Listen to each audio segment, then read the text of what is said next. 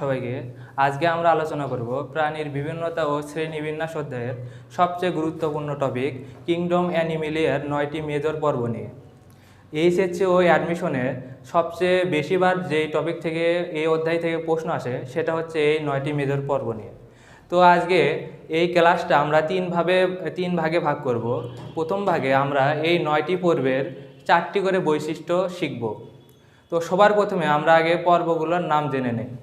তো পর্বগুলোর নাম জানার আগে সবার আগে আমাদের জানতে হবে পর্বগুলো কত সহজে মনে রাখা যায়। তো সেটার জন্য আপনাদের একটা ট্রিক্স লিখে দেয়, এটা আপনারা একটু কষ্ট করে মনে রাখবেন। সেটা হলো 1 নম্বর সিলম,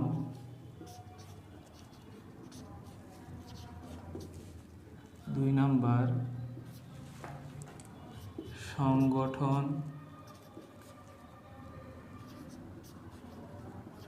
মাত্রা, 3 নম্বর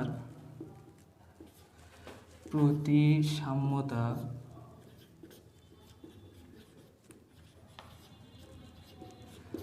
4 নম্বর ভ্রূণ স্তর।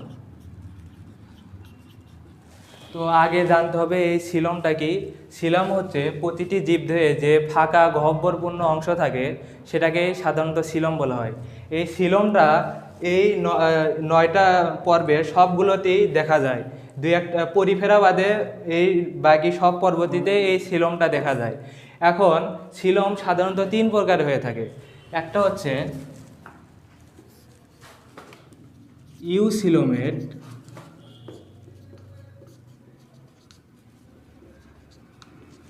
অর্থাৎ যাদের দেহে প্রকৃত সিলমটা থাকবে। আর দ্বিতীয় হচ্ছে অ্যাসিলোমেট, অর্থাৎ যাদের দেহে সিলম থাকবে না। আর 3 নম্বর হচ্ছে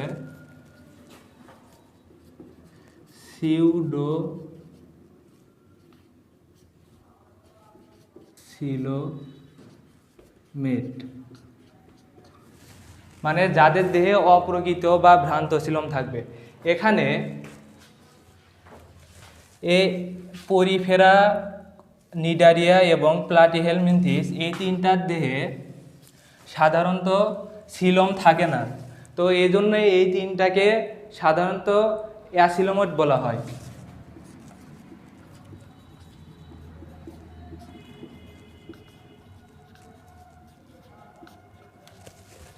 এবং নেমাটোডাতে অপ্রকৃত সিলম থাকে বিধায় একে সাধারণত সিউডোসিলোমেট বলা হয়।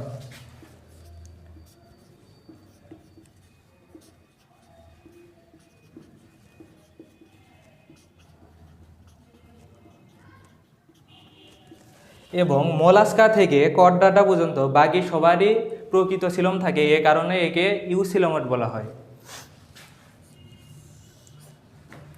এটা হলো ইউসিলোমেট। তো এটা গেল 1 নম্বর বৈশিষ্ট্য। এখন দ্বিতীয় বৈশিষ্ট্য হচ্ছে সংগঠন মাত্রার উপর ভিত্তি করে। এখন তার আগে জানতে হবে সংগঠন মাত্রাটা কি। সংগঠন মাত্রা হলো প্রতিটি জীবদেহে আমাদের যে কোষ থাকে এই কোষগুলো কিভাবে বিন্যস্ত হয়ে আছে। অনেক জীবদেহে দেখা যায় শুধু 2টি বা 3টি কোষ থাকে, অনেক জীবদেহে জাস্ট 1টি কোষ থাকবে, অনেক জীবদেহে আবার কি থাকে অনেকগুলো কোষ সমন্বিত হয়ে টিস্যু গঠন করে। আবার অনেক জীবদেহে দেখা যায় অনেকগুলো টিস্যু সমন্বিত হয়ে অঙ্গ তৈরি করতেছে। তো সেক্ষেত্রে সংগঠন মাত্রা 4 প্রকার। 1 নম্বর হলো কোষীয় সংগঠন মাত্রা, 2 নম্বর কোষ টিস্যু মাত্রা, 3 নম্বর টিস্যু অঙ্গ মাত্রা, 4 নম্বর অঙ্গতন্ত্র মাত্রা। এখানে পরিফেরা এ হলো কোষীয় মাত্রার প্রাণী। তো এ কোষীয় মাত্রা। তারপরে নিডারিয়া হলো কোষ টিস্যু মাত্রার প্রাণী।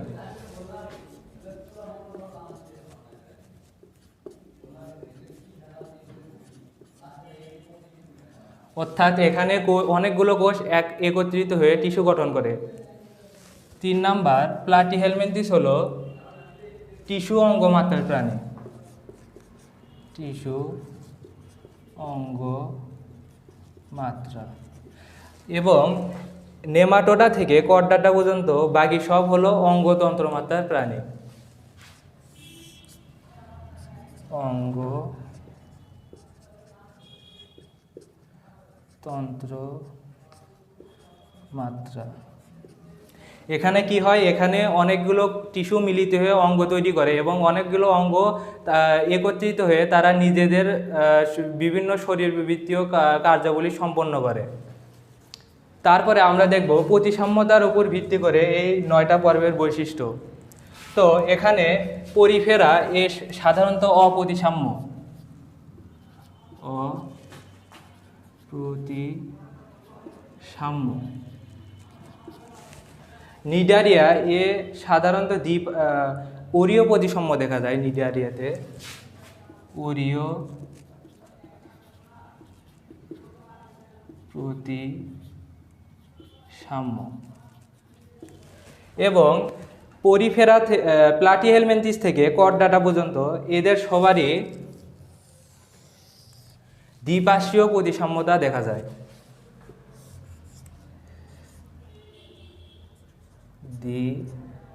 দ্বিপার্শ্বীয়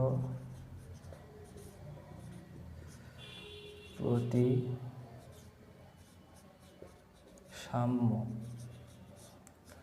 এটা গেল 3 নাম্বার বৈশিষ্ট্য। এখন সর্বশেষ যে বৈশিষ্ট্য সেটা হলো ভ্রূণ স্তরের উপর ভিত্তি করে।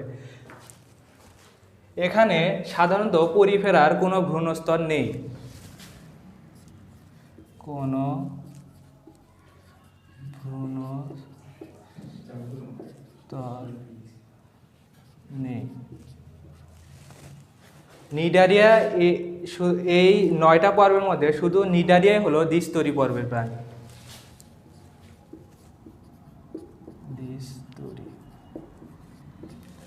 আর বাকি সবাই প্লাটিহেলমিনথিস থেকে করডাটা এরা সবাই ত্রিস্তরী পর্বের প্রাণী। তো এখানে লিখে দেই ত্রিস্তরী।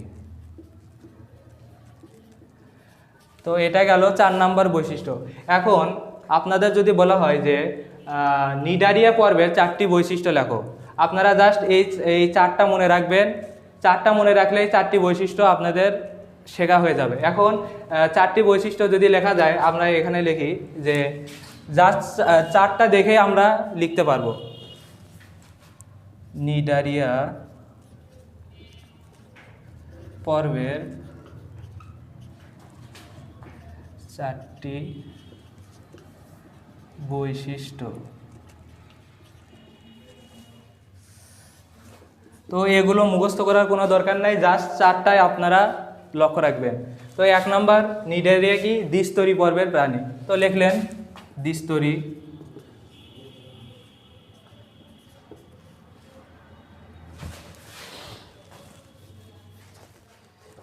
এরা দ্বিস্তরী পর্বের প্রাণী। 2 নাম্বার বৈশিষ্ট্য হলো এরা অ্যাসিলোমেট। তো লিখলেন এরা অ্যাসিলোমেট। 3 নাম্বার বৈশিষ্ট্য হলো এরা কোষ টিস্যু মাত্রার প্রাণী। তো এখানে লিখলাম এরা কোষ টিস্যু মাত্রার প্রাণী। এবং 4 নাম্বার বৈশিষ্ট্য হলো এরা কি ওরীয় প্রতিসাম্য। তো এখানে লিখলাম ওরীয় প্রতিসাম্য।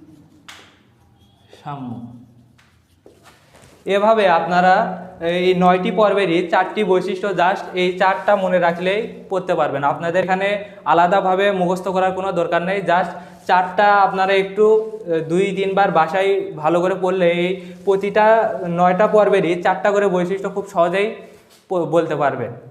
তো আশা করি ক্লাসটা ভালো লাগছে। ধন্যবাদ।